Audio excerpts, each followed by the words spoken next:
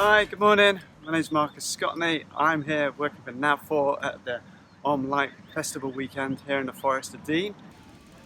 Yesterday I was teaching navigation. You lost, Marcus. I am. Do you know where I am? I'm around somewhere. Yeah, you're on the other side. Oh yeah. It's in the white out. I forgot about that. Right.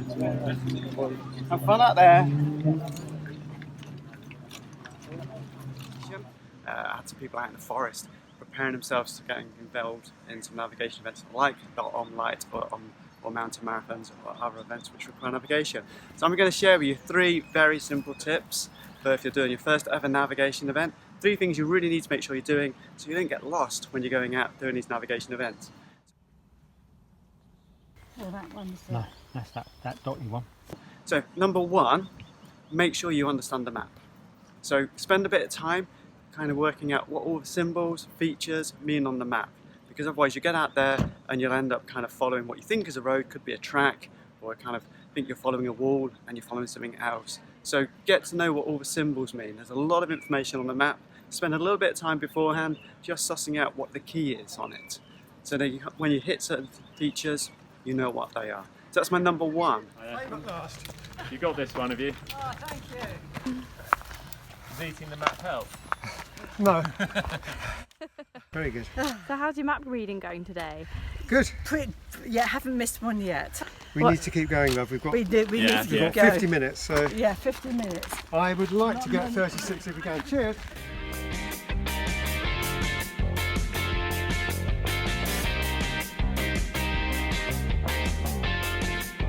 Number 2, be confident with a compass.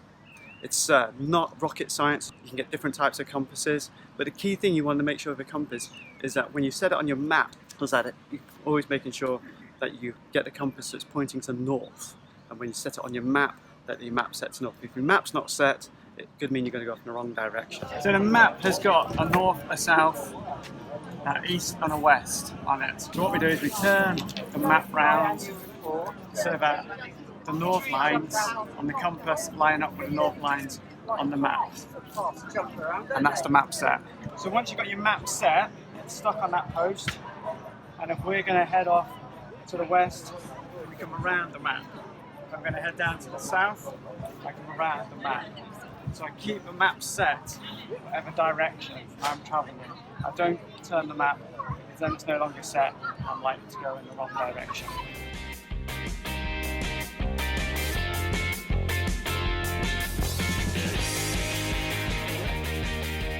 The 3rd tip for navigation for your first time, slow your pace down as well. One of the big mistakes people make when they're going navigating for the first time is they think they can still run at their usual kind of trail running pace. And what that happens then is you end up running off the map or running down sections you don't realise you're on. So slow your pace down. It's not always about speed on these events, it's about really concise, neat navigation. So don't think you're going to be going your usual half marathon or 10k pace. Ease it back, kind of nice, comfortable pace so you can navigate at the same pace you're going at.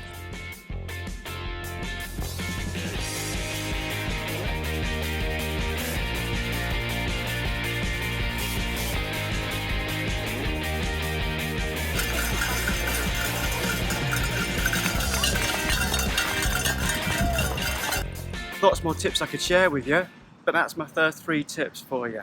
Get to know the map, make sure the map's set, so get to work with a little bit of compass, and then 3, just ease your pace back. And it also means you can enjoy it. On a day like today, who doesn't want to be out enjoying the woods?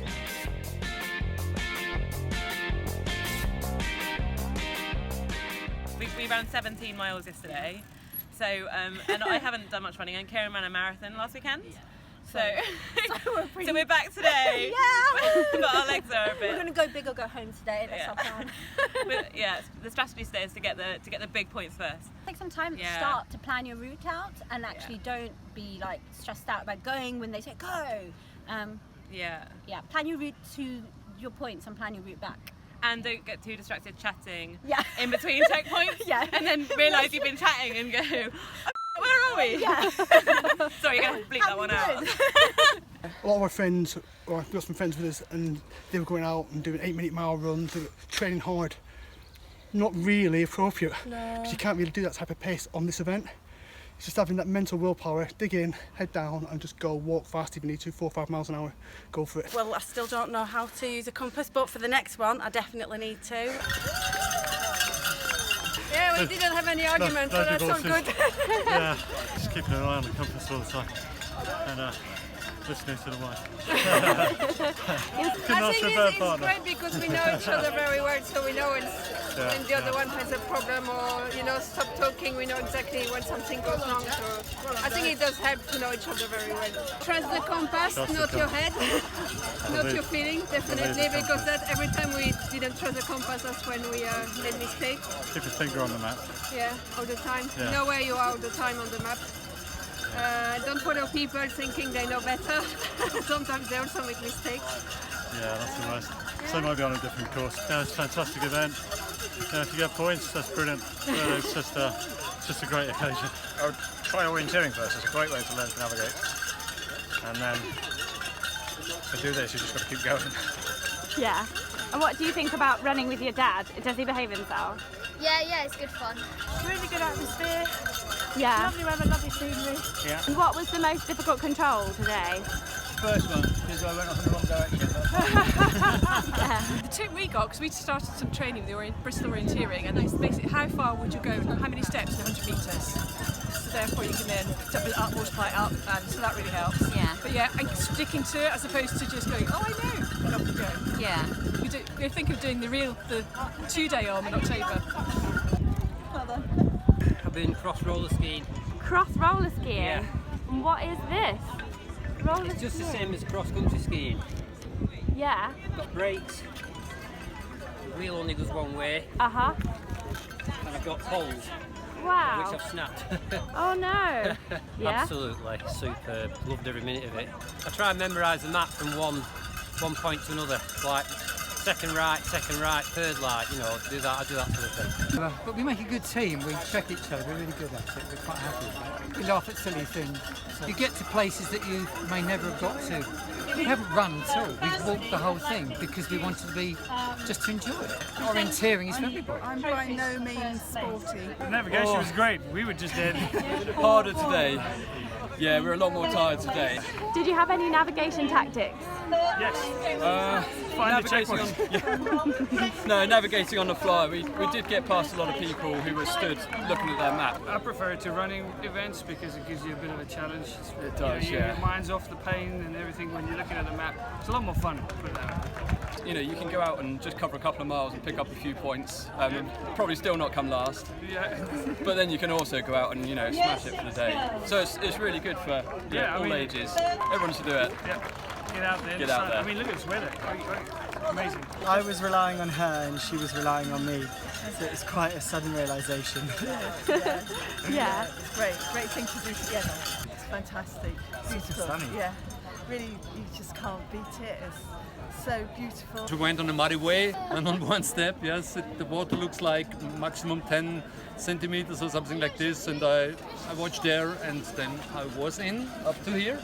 Wow. That's it. That is very impressive. You've got one brown leg and one black leg. We were running together. Yeah, me and my daughter, Ah. and my son and his partner. Oh, how lovely. A family affair. And so how do you keep from having any disagreements or rows or anything?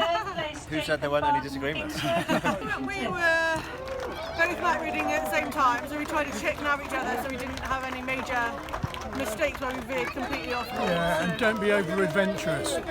It's easy to find yourself too far away with the time remaining that you're scuppered like I am now. Map reading's quite hard. Take the easier trail? Take the easier trail over the more difficult one. Bigger paths, I agree. better footing, so your chance of getting lost are lower. It's not as hard as it looks. Just come and give it a try. And, you know, take it slow. There's all ages, all abilities. There's nothing to stop you.